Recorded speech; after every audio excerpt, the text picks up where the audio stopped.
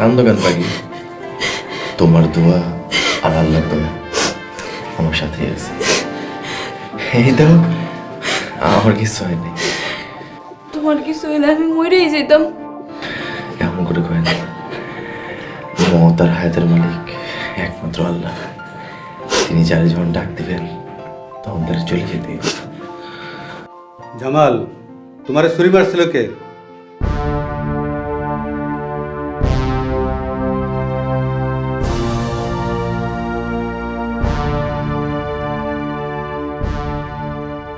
অন্ধকারে কে না কে ছুরি মারছে জামাল মনে হয় দেখে নাই। কিছু না কিছু তো দেখছে, কিছু তো মনে আছে। জামাল, তুমি কও কেটা তোমার ছুরি মারছে, বাকিটা আমি দেখতেছি। কে আমার এত বড় সর্বনাশ করতে চাইছে? জামাল ভাই, তুমি শুধু একবার কও কে তোমার ছুরি মারছিল? জামাল, কিছু তো তুমি দেখছো, কিছু তো তোমার মনে আছে। একবার কও, আমি নিজে খুঁজে বের করুন। খোঁজার দরকার নেই কাকা। যে আমারে কষ্ট দিছে তার আমি ক্ষমা করে দিছি। আমি আল্লাহর কাছে দোয়া করি, আল্লাহ জেনে তাদের ক্ষমা করে দেয়। আমি একটু বাইরে যাব।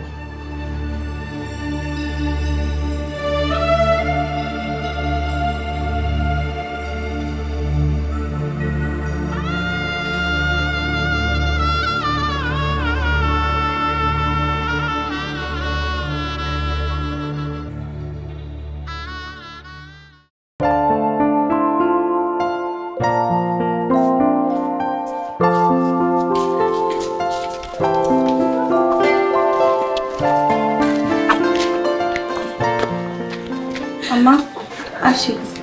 আসসালামু আলাইকুম। ওয়ালাইকুম আসসালাম। মা ভালো থাকো। আল্লাহর কাছে দোয়া করি আল্লাহ তোমার অনেক সুখে শান্তিতে রাখবো। আসি।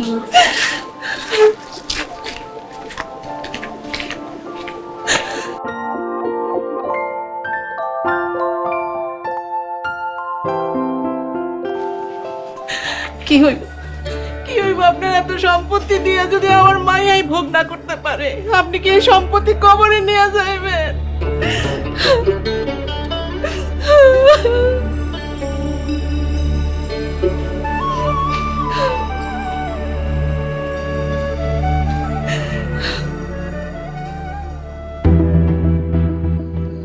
আলাই এখন আহে না, কি জানি।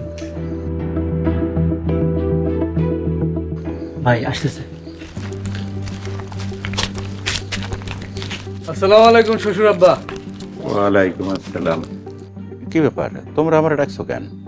ডাকছি তো একটা জরুরি কামে। ওই কামলার বাচ্চা কামলা, ও তো কই মাছের জান, মরতে মরতে বাইসা গেছে।